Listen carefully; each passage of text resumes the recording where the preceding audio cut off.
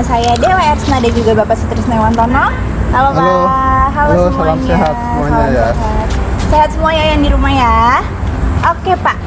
Jadi gini Pak, di media ini udah mulai gencar nih Pak pemberitaan mengenai bahwa Indonesia sudah memasuki masa resesi Pak. Apakah betul Pak? Ya kan saya sudah menyatakan itu ya sebelumnya, sebelum BPS mengumumkan angka-angka pertumbuhan itu. Ya, betul. Dan saya kira itu memang benar gitu ya. Karena kalau resesi itu kan indikatornya kalau dua trimester itu angka pertumbuhannya negatif ya, ditambah dengan indikator-indikator lain, pengangguran meningkat, daya beli turun, investasi turun, ekspor impor menurun, kemudian produksi menurun, itu semua adalah indikasi kita memasuki resesi. Saya kira ya suka tidak suka kita akan memasuki itu.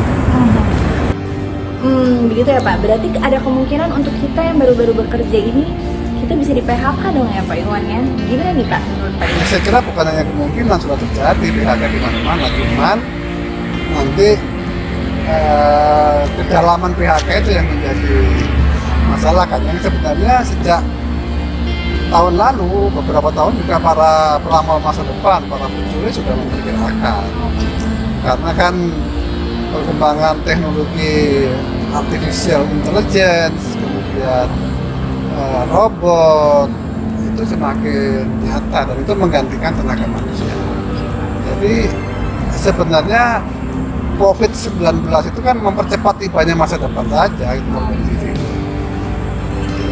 Berarti tahun depan mungkin ada vaksin nih Pak. Keadaan akan kembali normal dong Pak kalau misalkan vaksin ditemukan Pak. Ya, pengertian normal itu kan tidak seperti kembali kepada keadaan sebelum semua, ya. COVID kan. Normal baru itu pengertiannya begini. Ya namanya vaksin ditemukan itu tidak menghilangkan penyakit. Ya. Penyakit itu tetap ada, tetap bisa menginfeksi orang. Dengan demikian standar dari protokol yang sekarang ini juga akan tetap berlaku nantinya, bahwa orang jaga jarak ya, kemudian cuci tangan dan sebagainya, pakai masker itu akan tetap berlaku menurut saya. Sehingga kemudian gaya hidup dan kemudian mekanisme kerja itu juga akan cenderung mendekati yang seperti sekarang ini, di mana penggunaan tenaga kerja manusia akan lebih berkurang. Contohnya misalnya pada waktu di Wuhan melakukan pembersihan bekas-bekas alat pelindung diri itu semua menggunakan robot, karena robot tidak takut sama virus kan begitu. Jadi jangan kemudian mau mengharapkan akan kembali seperti semula. Menurut saya kan. Iya. Oke Pak. Berarti nih Pak, untuk kita yang masih muda-muda nih Pak, masih kerja, gimana sih Pak untuk kita menghadapi masa krisis ekonomi ini Pak? Lalu ada tips nggak sih dari Pak Iwan untuk kita mempertahankan pekerjaan kita nih Pak dalam keadaan seperti ini Pak? Iya, sebenarnya untuk maksudnya tidak di PHK gitu ya? Iya, betul. Ya. Di PHK. Ya, sebenarnya PHK atau tidak itu kan tergantung dari Anda sendiri ya. Bagaimana Anda meyakinkan kepada orang lain bahwa Anda memang layak untuk tidak di PHK. Bukan semata-mata karena COVID-19, tetapi juga munculnya kecenderungan baru, lahirnya artificial intelligence, lainnya robot, yang mereka punya algoritma tersendiri, punya karakter sendiri, di mana robot tidak takut sama virus, robot tidak menuntut macam-macam, tidak menuntut gaji yang terlalu tinggi misalnya. Itu adalah kondisi yang pasti. Nah biasanya manajemen ataupun pemilik perusahaan, kalau misalnya Anda sebagai pemilik, saya tanya, kalau ada dua orang, yang satu kerjanya telat terus datangnya, ya kan? Yang satu lagi tepat waktu, disiplin, pilih mana? Disiplin Pak. Ya, yang disiplin kan. Yang kedua, kalau yang satunya komplain melulu, ya, dikit-dikit komplain, dikit-dikit ngeluh, ya, tapi pekerjaannya tidak dikerjakan yang baik, pilih yang mana? Pilih yang nggak banyak ngomong pak. Yang banyak ngomong kan, gitu ya. Tapi kerjaan selesai. Selesai. Ya. Kalau yang satu misalnya dalam kondisi COVID ini kan semua orang sibuk mencari jalan keluar nih. Ya. Ada dua karyawan ini kalau kita harus pilih. Yang satu kreatif ya, memunculkan ide-ide baru, memunculkan ide-ide baru sehingga kemudian perusahaan lebih efisien, menjualan lebih banyak. Sementara yang satu lagi diam saja. Pilih yang mana? Yang kreatif pak. Kreatif, ya kan?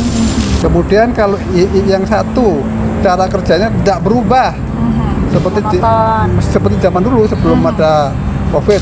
Yang satu berubah dengan berbagai macam karakter yang lebih baik. Pilih yang mana? Yang banyak berinovasi pak. Yang banyak berinovasi kan, gitu ya. Kemudian misalnya kalau ada dua pegawai, yang satu selalu bicara soal hak dulu, menuntut hak dulu. Ya. Sementara kewajibannya tidak dipenuhi, tidak dijalankan. Kira-kira kalau kamu sebagai pemilik perusahaan, yang mana yang kamu pilih? Pilih yang kewajibannya dikerjakan, haknya pasti akan terpenuhi pak. Haknya juga diperjuangkan, jadi bukan hanya itu ya. Kemudian kalau misalnya yang satunya jujur, yang satunya lagi tidak jujur, pilih yang mana? Yang jujur pastinya. Yang jujur. Iya, Pak. Yang satu kerja keras, yang satu malas-malasan. Kerja keras dong. Kerja keras kan?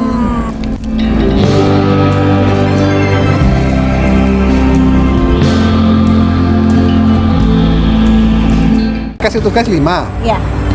ya kan? Yang satu dikerjakan 4 biji, yang satu dikerjakan sampai 7 biji.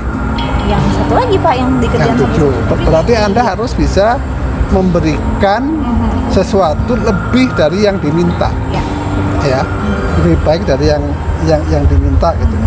Kemudian kalau yang satu bicaranya banyak, tapi kerjanya sedikit, NATO, no action talk only. Oke. Pilih yang mana? Yang bicara sedikit kerjaannya banyak. Nah, jadi soal di PHK atau tidak, karena tidak mungkin perusahaan itu akan mem-PHK seluruh karyawannya. Cuman pilihannya kalau ada dua yang karakternya beda, tinggal kita mau milih yang termasuk di PHK atau memilih yang tidak. Itu tergantung dari Diri kita sendiri. dirinya kalian sendiri. Gitu. Karena soal berkurangnya employment, berkurangnya lapangan kerja ini adalah kecenderungan yang pasti, mau ada COVID atau tidak. Oke. Kan gitu. Itu saya kira kamu sudah jawab sendiri itu pertanyaan. Oke Pak Iwan. Baik Pak Iwan, mungkin ada tambahan untuk yang di rumah nih Pak, tips-tipsnya? Ya, saya kira ya nanti kita akan membahas kalau memang terpaksa Anda harus kehilangan pekerjaan. Terus kita harus bagaimana cara membangun income, cara membangun kemarin saya sebut dengan another stream of income. Nah, arus baru dari pendapatan kita. Coba nanti kita diskusi lah mengenai itu ya. Saya kira teman-teman kamu semua bisa ikut dengan diskusi.